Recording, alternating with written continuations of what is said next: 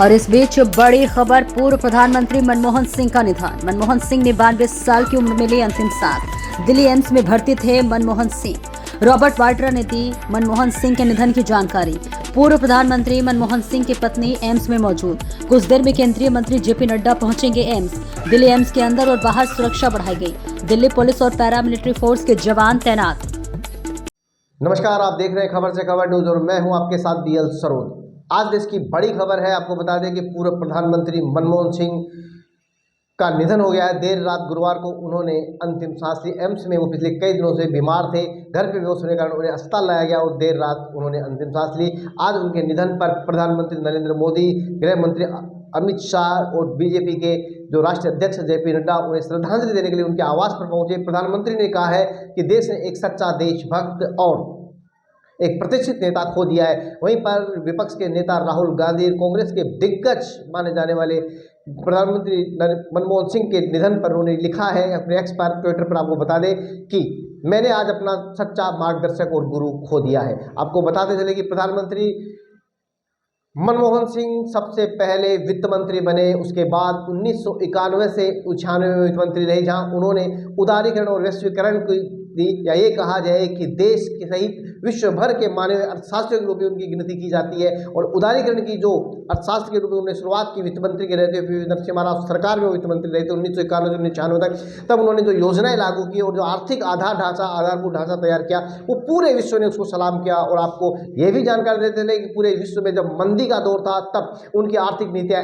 ऐसी थी कि इस देश पर, भारत पर उस मंदी का कोई असर नहीं हुआ। जब पूरे देश डावाडोल हो रहे थे, तब उन्होंने इस देश की बागडोर संभाली हुई थी। आपको फिर बताते चले कि 2004 में से लेकर 2014 तक 10 साल तक वे देश के प्रधानमंत्री बने। यूपीए सरकार की अगुवाई में वो प्रधानमंत्री बनने वाले। और साथ सबसे बड़ी बात एक और बता दूं आपको कि पंडित जवाहरलाल नेहरू के बाद लगातार 10 साल तक शासन करने वाले वो देश के दूसरे प्रधानमंत्री रहे हैं। इससे पहले वे रिजर्व बैंक के गवर्नर भी रह चुके हैं। साथ ही भारत सरकार के कई आर्थिक सलाहकारों के पद पर वो आसीन रहे और उनकी योजनाएं या उनका अर्थशास्त्र पूरा विश्व जानता है। उनके प्रधानमंत्री कार्यकाल में की गई अनेक योजनाओं की हम बात करें तो आपको बताते चले कि जैसा कि उन्होंने कहा था, जून 1991 को उन्होंने अपने आर्थिक उदारीकरण के चलते वैश्विक उदारीकरण के रूप में उनको पहचाना गया। साथ साथ जून 2005 में उन्होंने सूचना का अधिकार अपने प्रधानमंत्री कार्यकाल में दिया।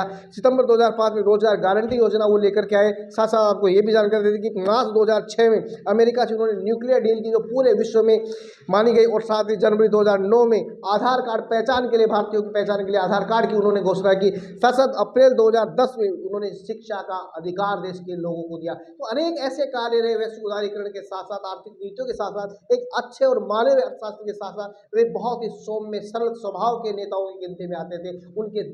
उनके निधन से देश को काफी आघात पहुंचा है, काफी नुकसान हुआ है। और निसंदेह उनके जाने से उनका खालीपन शायद ही कभी भरा जाए। तमाम प्रदेश और प्रदेश के नेताओं ने उनके दुख व्यक्त किया है, उनके परिवार के साथ संवेदना व्यक्त की है। आज तमाम बड़े नेता उनके आवाज में, कल उनका अंतिम संस्कार किया जाएगा। उससे पहले कांग्रेस कार्यालय पर उनका पार्थिव देह रखी जाएगी, जहां लोग उन्हें श्रद्धांजलि देंगे और राजघाट पर उनका अंतिम संस्कार किया जाए। तो आज की बड़ी खबर आपको बताते चले कि देश के पूर्व प्रधानमंत्री मनमोहन सिंह का निधन हो गया है।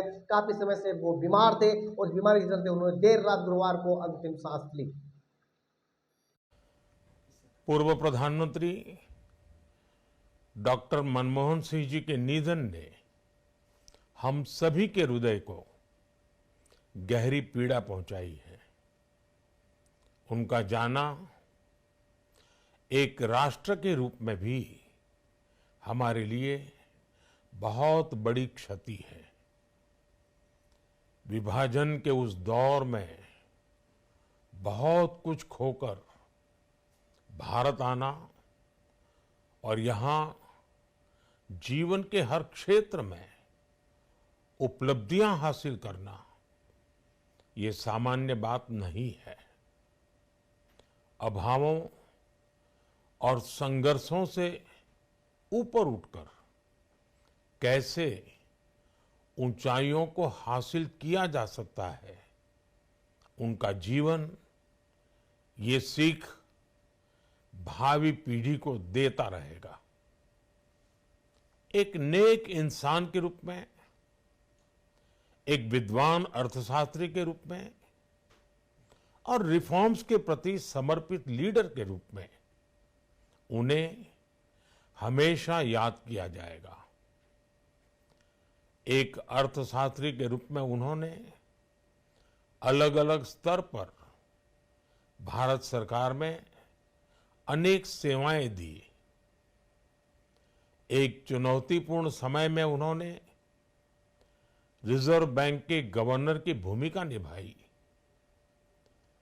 पूर्व प्रधानमंत्री भारत रत्न श्री पीवी नरसिम्हा राव जी की सरकार के वित्त मंत्री रहते हुए उन्होंने वित्तीय संकट से घिरे देश को एक नई अर्थव्यवस्था के मार्ग पर प्रशस्त किया।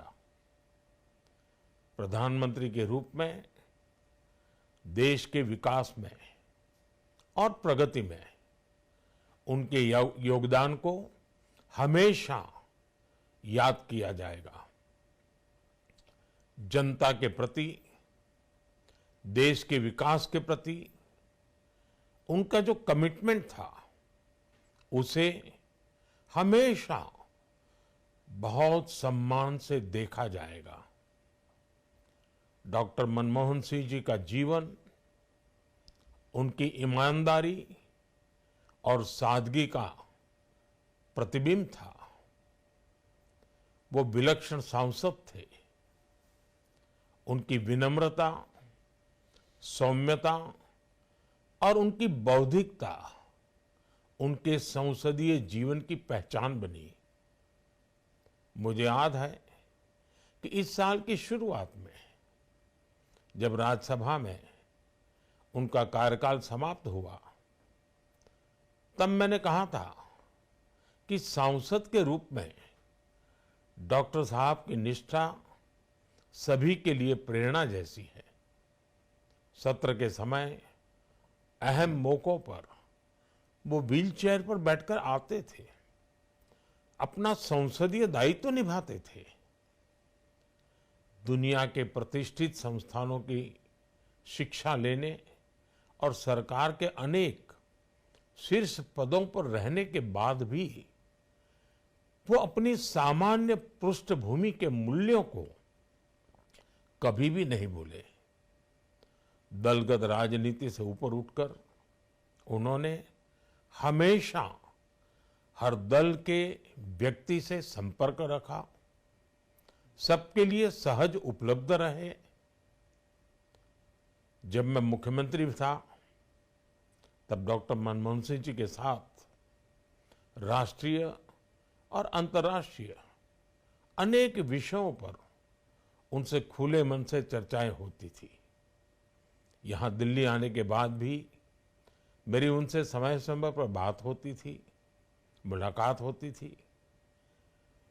मुझे उनसे हुई मुलाकातें, देश को लेकर हुई चर्चाएं हमेशा याद रहेगी।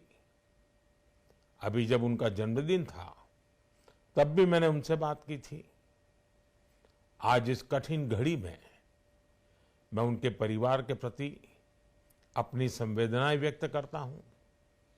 मैं डॉक्टर मनमोहन सिंह जी को सभी देशवासियों की तरफ से श्रद्धांजलि अर्पित करता हूं।